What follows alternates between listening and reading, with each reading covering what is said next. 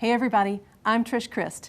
In this episode of Our Nashville, NECAT and our super crew of teenagers spend some time with Rejoice School of Ballet. Executive Director Patricia Cross and her team are going to show and tell us all of the cool things they do in our community. Are you ready, Patricia? Yes. Are you ready, super crew? Yeah. All right, let's get started.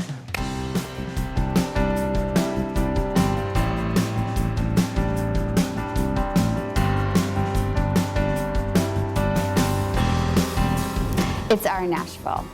It's our Nashville. It's our Nashville. It's our Nashville. We all know how to talk about our organization during meetings, but what about the chance encounter of a lifetime? You never know who may share your next elevator, notice your logo on a notebook or a tote bag, and ask what you do.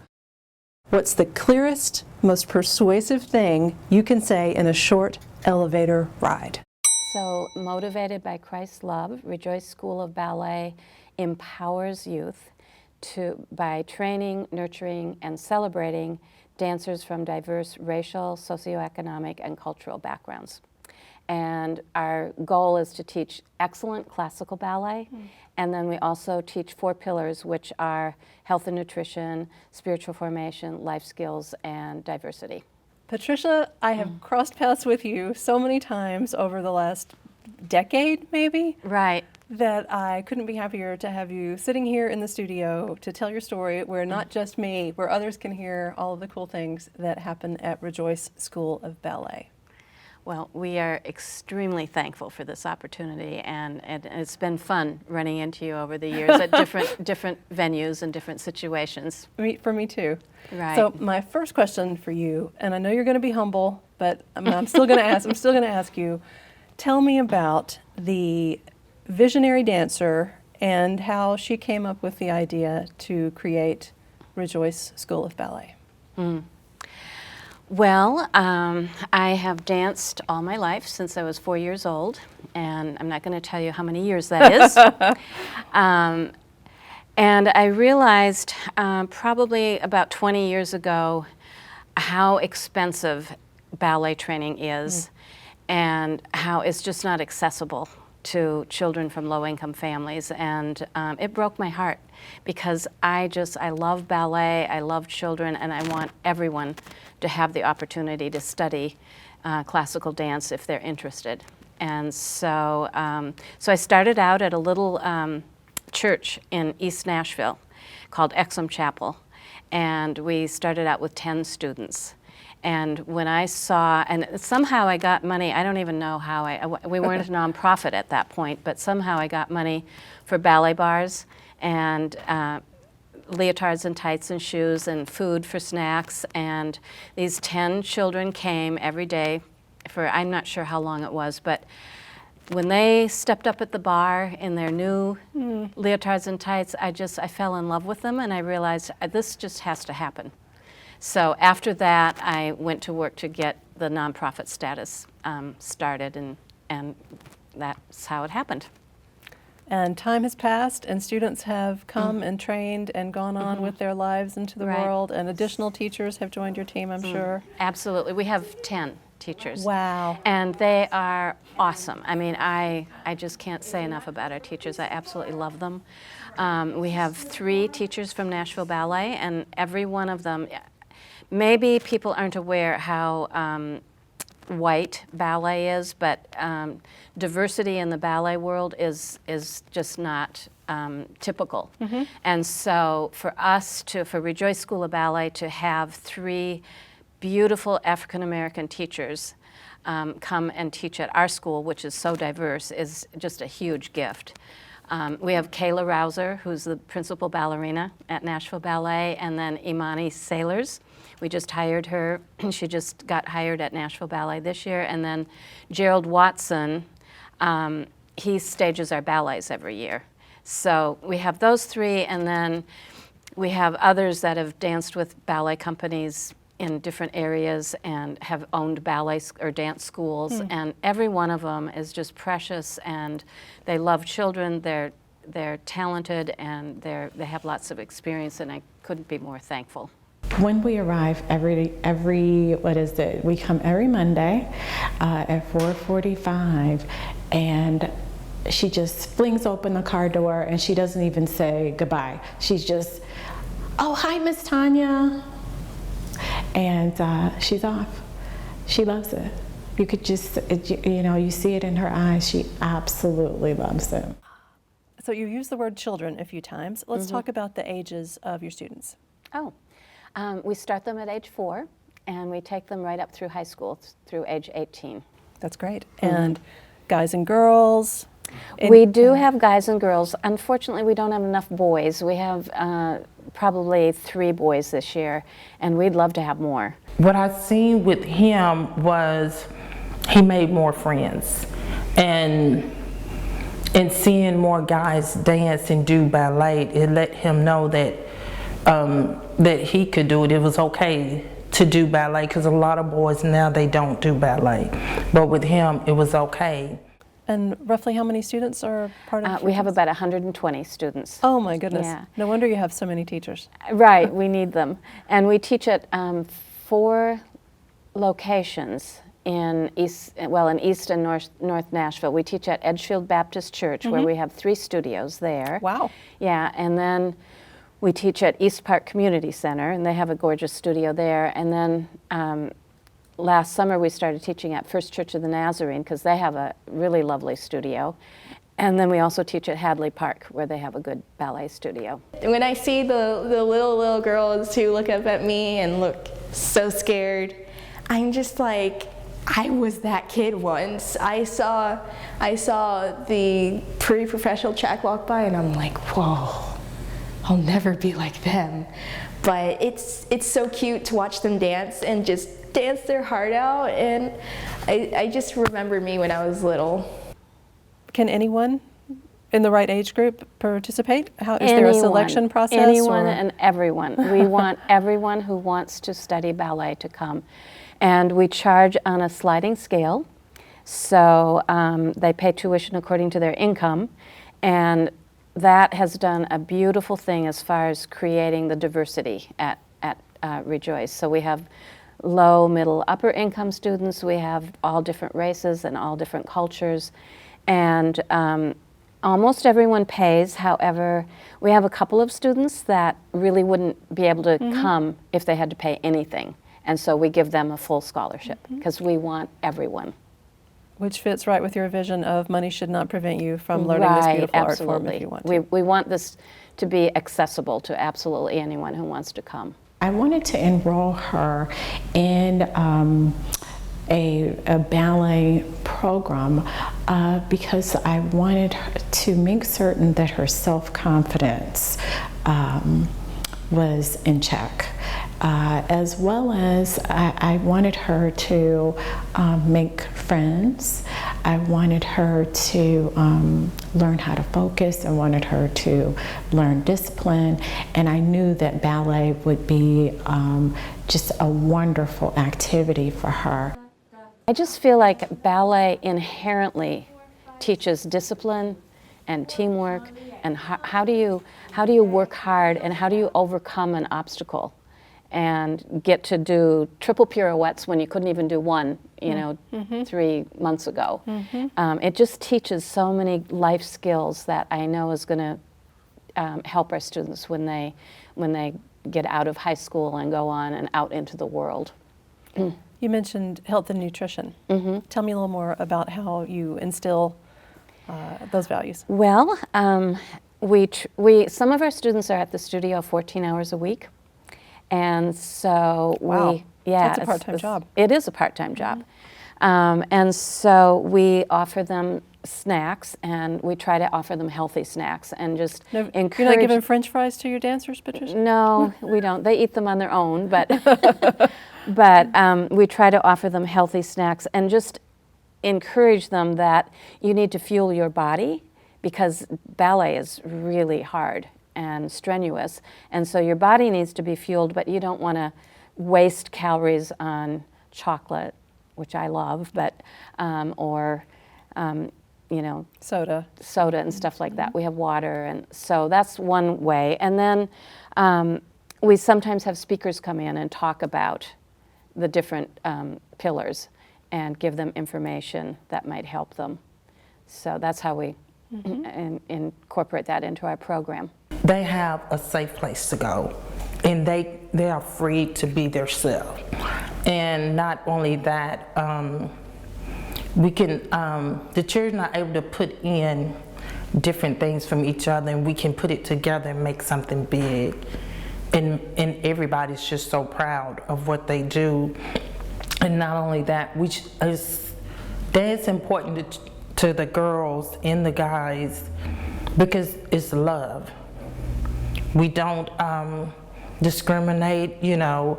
We just, here at Rejoice, we show so much love, is where they want to come back. I sense that you, when you are helping a student grow as a dancer and as a young person, you're thinking about their future too. Right, right. What futures have you seen over the years in terms of dance? What happens when someone ages out of your program and goes on into the world?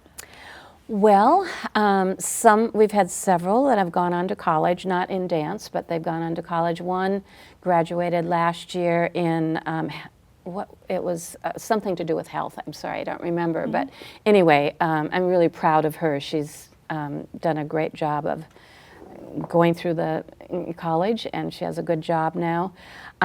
We have a relationship with Nashville Ballet that I am so grateful for. Rejoice School of Ballet is the official mentor school of Nashville Ballet, and so our students receive free tickets to like the Nutcracker or Swan Lake. They do workshops for our students at their campus, and then several of our students just auditioned for the Nashville Ballet summer program and got in and got scholarships. Yeah, and then the other thing that we do, when I see a student that I think is really talented and is working hard and has a good attitude, I recommend them to Nashville Ballet, and they will audition that dancer and determine if they'll be a good fit in their school. And so last year we did that, and we have one student that was accepted into their academy program. She was accepted in level 5, and just this month went up to level 6, and they have 7 levels. So she's doing really well. And the awesome thing is she got a full scholarship. That has to make you so proud. Oh, absolutely. And she's beautiful, and she's thriving over there, and I'm so thrilled that she really thinks she wants to be a dancer, and so this is an opportunity for her. She outgrew Rejoice, and we could send her on to Nashville Ballet. That's awesome. So we have maybe another one this year. And of course, that has to inspire the other heart students breaks too. because I hate to send them on, but we have to do that because it doesn't really break. I'm so thankful that they have that opportunity. Sure. Sorry. No, I agree completely. I was just thinking it must inspire the other students too. Yes, when they see one of their fellow dancers. Absolutely. Making the leap, no pun intended. Yeah, it's just a wonderful thing for everybody. When I was little, I didn't have much to do. I'd do school and I'd be outside for most of my life. And then I met somebody who danced here, and I was like, well, Mom, I want to do dance. So I just started going here, and I got into the lowest pre-professional track, and now I'm here after, this is my 9th year. Okay, here's a toughie for you. Okay. What is ballet? Oh, wow. Well, ballet it started in Italy in the 1500s, and so it's a very old art form.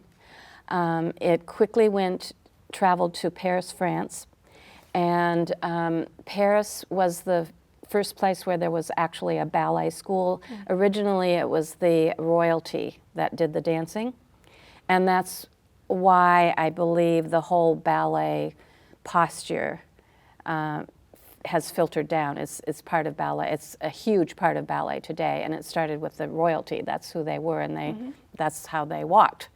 And so then in Paris, France, they started a ballet school, and that's where they started naming the steps. And so if you go to a ballet class anywhere in the world, pretty much, it's all in French. That's right. The ballet steps are in French.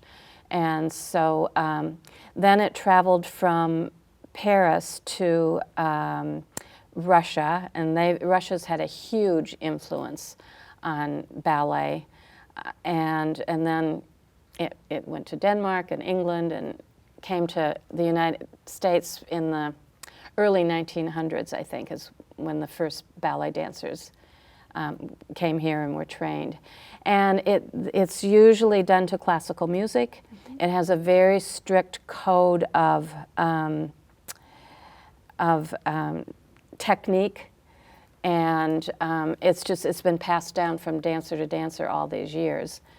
And back in the early part of ballet, they didn't have videos or anything like that, so it was just transferred from dancer to dancer, basically. So, and it just has an etiquette that's followed through that I love.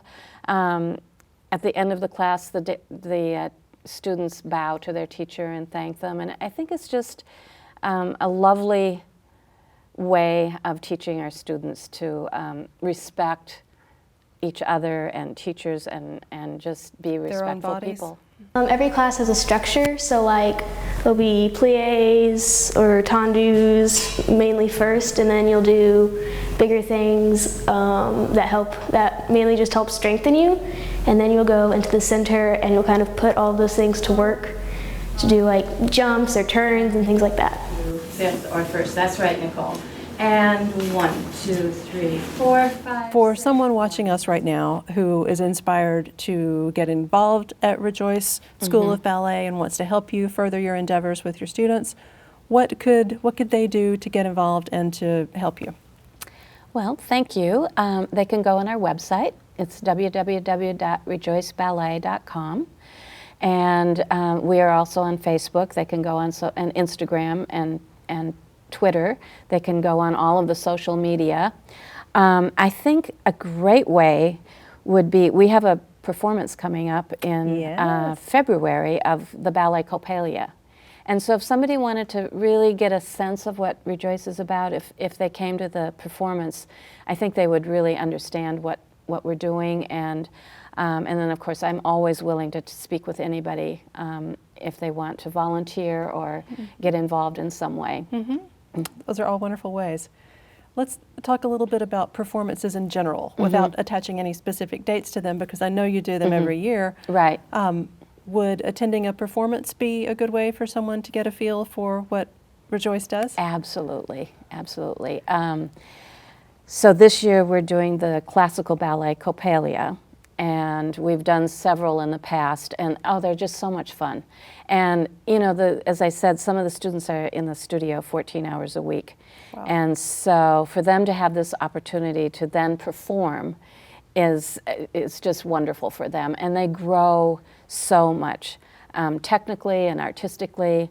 For instance, Coppelia is a ballet where there's a lot of acting and character parts, and so they get to learn how to do that, and that's just a wonderful experience for them. And also, it really builds teamwork because they're working together on something that everybody enjoys, but is also kind of scary and difficult.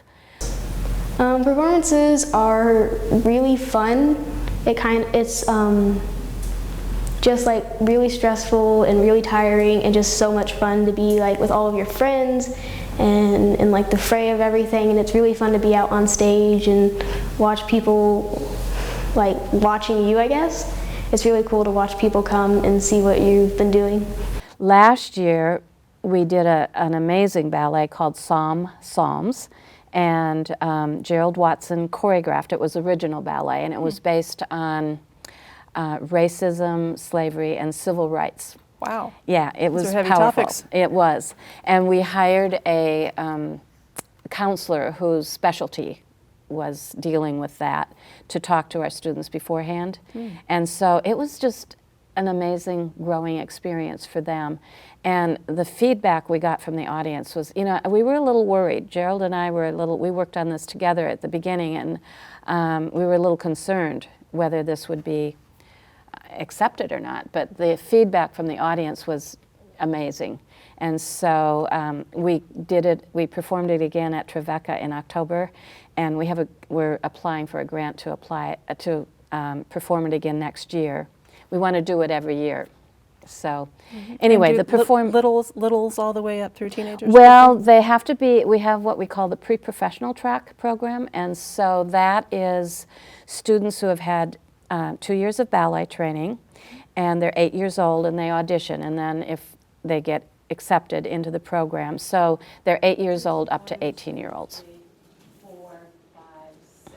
Say I'm a parent or an aunt or a grandparent, and I think, ooh, I know a young person in my family that I want to involve at Rejoice. What are the steps I take? How do I get a child involved in your school? Okay, we have registration in August for the school year. Okay. The school year is the day after Labor Day through the first week in May, or the second week in May. And so we advertise that on our website. Great. And people come and register, and we get them all set up. Also, we provide dancewear for our students. That's important. So, and that's for everybody. It's not just for the low income, because we want everybody to have access to nice dancewear. So they'll come and register, and we'll figure out what their tuition is, and we'll get their students fitted for the dancewear, and then they're all set to go. Is there a selection process, or if a person shows up and does what you just described, that child There's is now no in school? selection process. Fantastic. They just come and sign up. Something that happens at NECAT that I personally think might be the best thing that happens at NECAT is strangers from different parts of the community, different ages, different jobs, different everything, different languages sometimes, find themselves in the same TV production class here. They strike up friendships, they end up working on each other's TV shows, and I don't know if those folks would cross paths in the grocery, the post office. I don't know if they would, if this might be the only place that these friendships happen among NECAT members. Right. I'm guessing you have something similar that happens among your students. We do, and I love that you have that here too. It's just beautiful. Our students, as I said before, they're from all different races, cultures, and socioeconomic backgrounds, and they do become friends, and they really support each other. And when somebody comes in from outside and watches them, they're just amazed at how they work together and support each other. It's very unusual. And then the parents too. I mean, we have parents that, I have this one family, they're actually refugees, and they don't have a way to get there to our classes. And so a couple of families have offered to pick them up. They pick them up every single time and bring them back home. That's great. So we just want to make sure that it's available for everybody. And the students are really aware of that they get along so well, and that it's not typical. And so they love that too. Funny how art knocks down walls that otherwise might be around. It really does, yeah, because they're all there because they love dance. And then they learn to love each other. Yeah, it's great. Yeah. When you see a young person walk into your studio for the first time, what's that like? Well, you know, I'm so excited for them to come and be able to experience the joy and the beauty of the dance and the music. And, you know, we have some students that come in and they're just, you can tell, they're just incredibly talented. And then we have others that you can tell it's not so much, they may not have the natural ability, but I don't ever discount anyone, because I've had students that came in that looked like they didn't have the natural ability, and they work really hard, and they overcome that, and they become beautiful dancers. So our culture at Rejoice is that every student is valuable and precious and important, and we want to pay attention to every single one of them, because you never know. Okay, my friend, we are now at the section of the interview that we call the speed round. Okay. And it's my favorite part. It's like the game we would play when we were kids, where I ask you a question and the first thing that comes to your mind. Oh boy. That could be dangerous. There are no wrong answers, just let it fly, I promise. Oh, okay. Think of it as a fast dance with me. Okay. Okay, here we go. Speed round with Patricia Cross. What is a great age to start ballet? 6. Why does dance matter? Because it's beautiful and it's fun and people learn many, many things besides dance. How many times a day do you laugh at work? Wow, a lot. How many times in a performance do you cry at the beauty of your students? A lot. Probably every time, just thinking about them. I mean, it's just amazing to me to watch them. They're gorgeous. I can't wait to see them. Name 3 elements it takes to train in ballet. Perseverance, dedication, and patience. Name 3 elements that develop when you train in ballet. Perseverance, dedication, and patience. Lovely.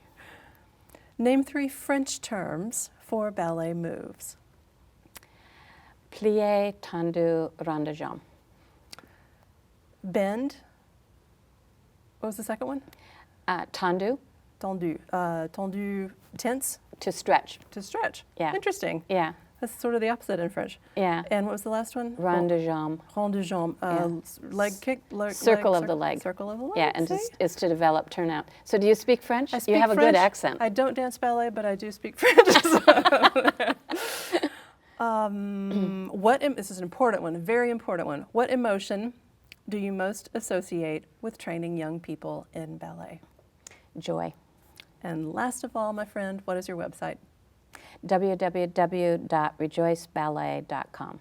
Thank you so much, Patricia. Oh, thank you. It's been That's great. awesome. Thank you. I really appreciate it.